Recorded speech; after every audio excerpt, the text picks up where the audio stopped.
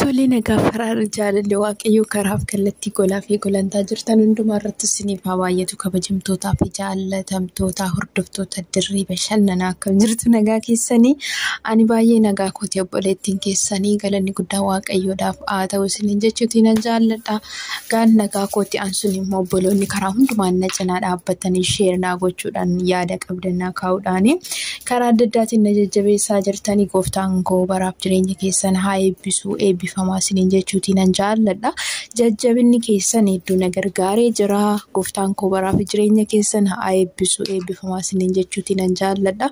Egaa namni tokko wanta hojjetu irratti hojii isaatti gaafa namni cina deemee isa jajjabeessu caalumatti karaa danda'uutiin nama sanaa waan qabuun yaadaan gorsaan barsiisaan karaa adda addaatiin bashannansiisuudhaan deddeebi'eetu hojii isaa sanatti ciminaan hojjeta jechuudha. Kanaatiif gorsiif yaadni koomentiiwwan keessanii hedduu na gargaareera isiniin jechuutiin nan jaalladha. Isinillee jabaadhaa lafa jirtanitti gooftaan koo isin haa eebbisu jechuutiin nan jaalladha. Kanatti aansuutiin immoo jechuu kan hin jaalladhu baga bara haaraa bara 2024 geessan isiniin jechuutiin nan dhufe. Egaa amma bara akka biyyoota Awurooppaatitti bara haaraa seenneetu jira Jaanuwaarii tokkodha. Akka biyya keenyaatti amma ji'a afuraffaa keessa jiranitti fakkaata. Baga geessan hundumti keessanuu biyya keessas biyya alaarras kan jirtan hundumti keessan hiriyoonni fi obboloonni koo baga geessan isiniin jechuutiin nan jaalladha. Egaa ayyaanni bara haaraa qophii baay'ee bareeda ture kaleessa biyya jiru keessatti jechuudha Abudaabitti haala miidhagaa ta'eetiin ayyaana kabajaa oollee isiniin jechuutiin nan jaalladha. Dhugaa dubbachuudhaaf baay'ee haala namatti toluutiin ergan biyya Dubaay kana dhufeeti waggaa 3 ta'eetiin jira qaldumatti waggaa 3 kana keessatti yeroo jalqabaatiif akkasitti bahee bashannanee bara haaraa kabajuu kooti jechuudha. Dhugaa dubbachuu wanta takkaan arginu hin argine biyya nama jiru kana keessatti yeroo jalqabaatiif hin kabaje biyyan dura ture biyya Libaanos ture.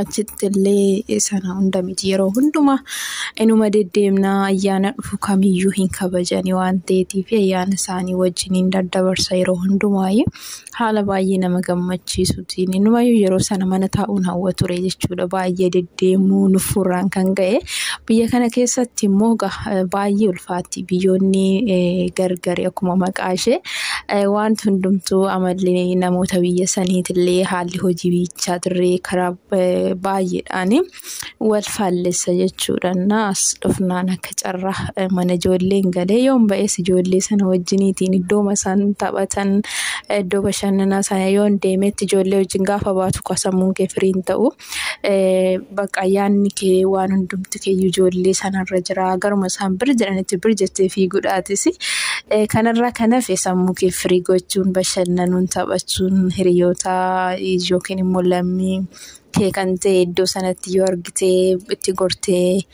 tarii halaalirra nagaa yoo jetteen irratti siqxee wajjin taphattee yeroo qabdu waliin eenyu jechuu hin dandeessu.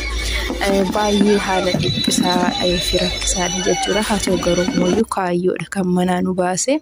Kaayyoo baaneef galmaan ga'uun keenya dirqama waan ta'eetiif kaayyoo sanaaf jennee waanuma hunda duraa gadi jenna wanta nu fayyadus kan nu fayyannes achuma bukkeetti dhiisnee ishee manaaf baane sana qofaaf fiigna jechuudha. Kana isiniin jechuutiin nan jaalladha. Yeroo jalqabaatiif akkasitti bahee waaqayyo na gargaare. Bara 2024 biyya Dubaay keessatti kabajee jira isiniin jechuu barbaadeetiinidha. Akkasuma obboloonni immoo akkuma koo mana keessatti baay'ee kan eenyu jechuu turtanii waaqayyo guyyaa tokko sin gargaaree hin bashannantu jedheen abdii qaba. Egaa waan hundumtuu yommuu waaqayyo nama gargaareedha waan ta'eetiif waaqayyo guyyaa isaatti haala hundumaa namaaf mijeessaa namni akka rakkateef akka dhiphateetti nafu akka haalli mijachuu fi dideetti nafu biyyi lafaa baay'ee rakkisti guyyaa tokko yoo tole guyyaa tokko immoo hin tolu guyyaa tokko yoo gaarii ta'e guyyaa tokko hamaa ta'a. Sanuma keessatti immoo yoo waaqayyo gaariidha gaafa kara biyya lafaa nu toles gaafa nuti toluu baatees waaqayyo gaariidha jechuudha. Yeroo hundumaa yaadniif karoorri waaqayyo kan namaatirraa addadha kan keenyarraas addadha jechuudha. Yoomuu yoo taanaan immoo waaqni yaadni waaqayyo nuuf qabu yaada nuti ofii keenyaaf iyyuu qabnurra hin caala waan ta'eetiif jabaadhaa lafa jirtanitti isiniin jechuutiin nan jaalladha warri akka mana keessa jirtan keessatti warri ala hawwisaanii duutan jechuudha ani dhugaa dubbachuuf yeroo ture kana keessatti baay'ee alatti ture nama yiddoon dura hojjetaa ture waggaa 2 as ergan amma tokko hiriyootaanis wal arguu qabee sammuus nagaa jireenyi koos hundumtuu ta'e amma waggaa tokko waan akkasiidha sana duratti garuu jireenyi koo baay'ee isaa dhiphataa ture gadi bahee nama nargu yoon bahee ijoollee wajjin iddoo tapha jiru iddoo awwaarri jiru iddoo bakka bashannanuu hin dandeessu iddoo taphaa yoo deemtee bakka ijoolluma sana wajjin asifachi fiiguudha daa'ima jaraa immoo daa'ima jaraa jechuun re'ee jechuu wayyaa re'eellee heeccoo jetteen ishee hin deebiti daa'imti immoo baay'ee ulfaatti. Kanaaf ijoollee masana wajjiniitiin asumaachi jajjachaa baatus ol deebitus dadhabbii malee boqonnaan hin jiru. Keessumaa mana hojiitti baay'ee turre manni ijoollee baay'ee isaa ulfaata. Mana ijoolleen jirre mana hojii qabu wayyaa achitti yoo tokko yoo baates ba'uu dandeessa yoo ba'ullee baatte gaafa isaan sirraa ba'an hojii kee xumurteen boqottaa yookiin hojii qabdu bakka waan kan ofii keetii kan ta'ellee hojjechuu dandeessa hiriyoota kee wajjin maatii kee wajjin xiqqoo ishee taphattee boqochuu dandeessa garuu mana ijoollee keessatti immoo baay'ee ulfaata si dhiphisaanii bakka gara sochootuun qabdu mana hidhaa jechuun ni danda'ama. እና ሳኒዳ ሲኒን ጀቹቲ ለንጃል ለርጎ ወጋቶ ኮቲ አስገር ዋቄ ነገር ጋሬ በቃ ሆጂ ቆፈን ሆጀዳ ጆሌ hinqabu hoji ko sanarraati mooyo maatiin sanarraa bahan yoon hoji ko xumuradhe taa'een boqodhaa yookiin immoo sagantaan ofii kootii qabu waan tokko irratti yeroo koo dabarsaa hiriyoota maatii dubbisu waan akkasii yaani yeroo hin jiru already yeroo qabdu xiqqoo keessatti sammuu kee boqonnaa argatu jechuudha. Anna akkas tattee isiniin jechuutiin nan jaalladha sanaati asitti garuu kan waaqayyoon akkasitti laa gadi ba'ee namaan illee wal arguu danda'e biyyicha keessallee join gochuu danda'e jira isiniin jechuutiin nan jaalladha. Kanaatiif har'aan akkasii kuni waaqayyo guyyaa tokko isiniif fida ayyaachuu jabaadhaa isiniin jechuutiin nan jaalladha.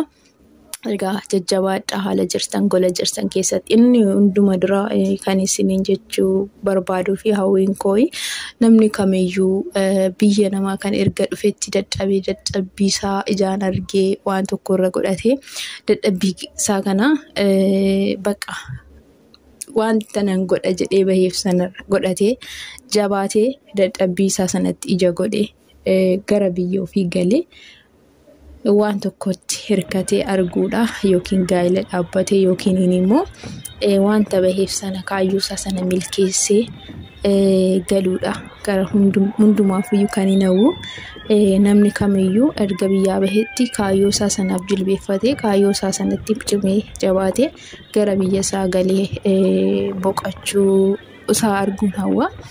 Kana isiniin jechuutiin nan jaalladha inni biyya namaa keessatti nuti tolu baate bashannanuu baate galgalli keenya inni biyya lafarraa kana manuma biyya keenya mana maatii keenya mana gaa'ela keenya gaana jireenyi keenya biyya dhaloota keenyaati waan ta'eetiif yoonis tolu baates biyyi namaa nuuf ergisaadha. Kana isiniin jechuutiin nan jaalladha galgalli keenya inni dhugaa immoo gara oliiti haa ta'u garuuti galgalli keenya ni lafa kanarraa biyya keenya isatti dhalanne isa keessatti guddanne isiniin jechuun nan jaalladha. Kana isiniin jechuuti jaalladha oduu koo isinitti baay'isuu baga geessan isiniin jechuutiin dhufe hunduma caalayyuu lafa jirtan jajjabaadhaa ayyaanni waaqayyo isiniif haa baay'atu turtii gaarii.